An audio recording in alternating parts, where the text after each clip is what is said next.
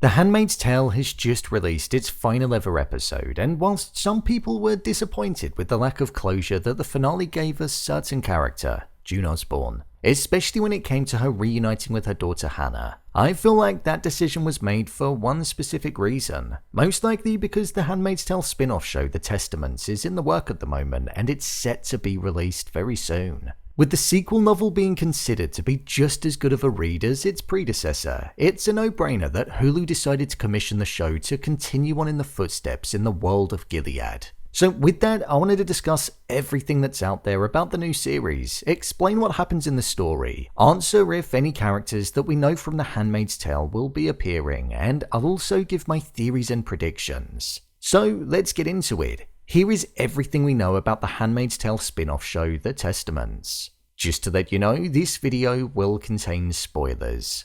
The release date. When it comes to the release date of this series, that's something that's not actually been announced yet. However, what we do know with regards to the timeline of the show is that it is currently in production at the moment, which is a good sign because at least it's gone beyond ink just hitting paper. Personally, I can imagine Hulu won't want to make us viewers wait too long of a while before the new series gets released because we're fully in the momentum of The Handmaid's Tale at the moment. One way to judge the timeline is to look back at how long we'd usually have to wait before a new season of the show would drop. For the most part, it was usually around a year, with the occasional 2 years, 2.5 if you include season 5 to 6. Wow, that was actually pretty long. However, if the show is currently in production, I don't think we'll be waiting as long as that. I'm predicting that the show will most likely air in about 2026, maybe a spring or summer release next year. The Handmaid's Tale more often than not aired in April, so I imagine they'd stay on trend and stick to around a spring release date. So we've got a little while to wait, but I'm hopeful that it's not going to be as long as the length of time that we were waiting between season 5 and 6. The story. So the premise of The Testaments is that it's set 15 years after the events that we saw taking place during the finale of The Handmaid's Tale. Hannah, as we know her, is known as Agnes in the story, and within the novel she's the adoptive daughter of Commander Kyle and his wife Tabitha. However, with the finale hinting at her going to live with Commander Mackenzie, I think that's already one change that we'll see taking place in the show. The story is all about seeing a new perspective of Gilead through the eyes of people that have never known any different. That's a major key difference between The Handmaid's Tale and The Testaments. All these girls have known is being raised with Gileadian beliefs and the structure in society that they're supposed to fall into, rather than mourning a past that they can't access anymore. Take Hannah for example. She was present in the time before, but she holds on to no memory because she was young, and also because she was indoctrinated. So it'll be an interesting perspective to follow.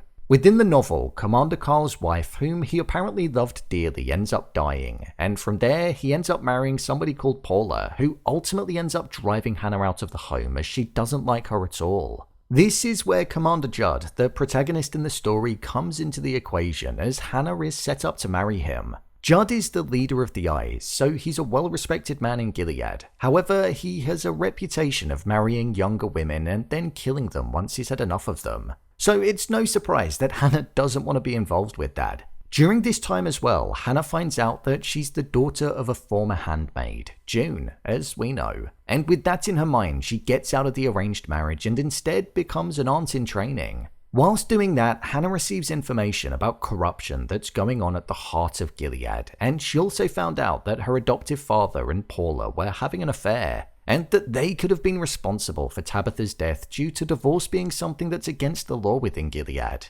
This is where she also finds out that she has a half-sister called Nicole who left Gilead when she was younger. Nicole in this story is actually known as Daisy, and she works with Mayday as part of a branch that helps smuggle women out of Gilead and helps them get a better life. However, her adoptive parents were killed by Gilead enforcers and she ultimately went into hiding. However, she then ended up going undercover as a Pearl Girl, which are women that lure others into Gilead with the promise that they'll have a better life.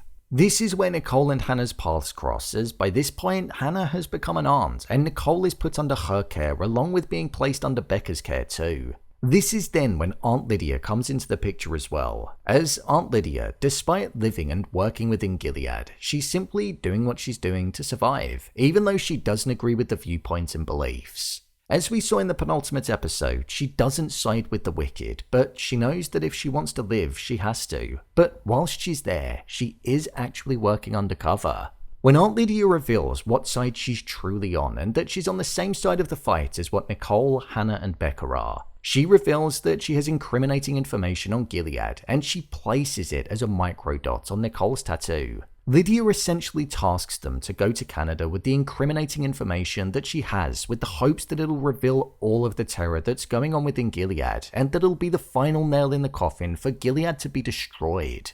I won't spoil the ending in case you haven't read the book or in case you're wanting to wait until the TV series, but it's definitely got a similar feel to what we saw in episode 9 of The Handmaid's Tale. It's reminiscent of the battles commencing and the territory looking to be gained. What we saw in The Handmaid's Tale was the beginning of the end, and this is them looking to bring about the end of Gilead because so much time has passed. So I think this story has great potential on screen. The cast. When it comes to the cast in the new series, we know that one actor is definitely reprising her role, and it's probably one of the best performers that's been in The Handmaid's Tale. Anne Dowd is set to return as Aunt Lydia, as she'll be continuing to work as an aunt within Gilead whilst looking to infiltrate from within. So this is why we saw her survive the Handmaid's Tale finale and ultimately get that ominous walking off into the glowing mist ending that she received. When it comes to understanding if Elizabeth Moss is going to be in the show as June Osborne, that's something that we also don't know just yet. However, she is involved behind the scenes as she's going to be credited as an executive producer. You've got to remember, this series is set 15 years in the future, and during the epilogue of the novel, it's only hinted at through studies that Hannah and Nicole were June's daughters. It's not explicitly confirmed during the closing moments, so I wonder if that'll carry through into the show, which could mean that she might not make an appearance at all. When it comes to the rest of the cast, there have been announcements made about who's going to feature. Playing Agnes, who we know as Hannah, June and Luke's daughter, is Chase Infinity, who I watched in Presumed Innocent and she was great, so I'm pleased about that casting. Lucy Halliday is playing Daisy, who's the character that we know from The Handmaid's Tale as being June and Nick's daughter Nicole. Matea Conforti has been cast as Becca, the third piece in that trio. Mabel Lee is Aunt Vidala, Brad Alexander is Garth, Ava Foote is Aunt Esty, Amy Seimetz is Paula, Zarin Donnell Martin is Aunt Gabbana, Isoli Ardis is Hulda, Berva Pandya is Miriam, and Kira Gullion is Rosa.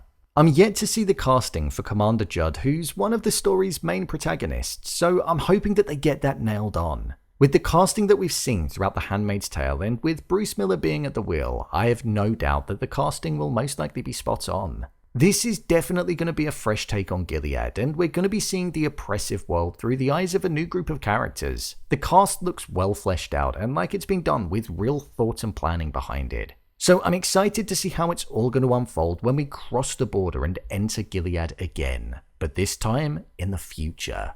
Unfortunately for now, that's all that's known about the Testaments. I'm sure more information will get released as we draw ever closer to the release date, which will hopefully be in around a year's time. But for now, if you want to know exactly what happens and dive back into the world of Gilead, then the novel's there to be read, so enjoy. So, there you have it. Everything we know about the Handmaid's Tale spin-off show, The Testaments. If you want to see every episode of Season 6 of The Handmaid's Tale being broken down, then check the playlist below.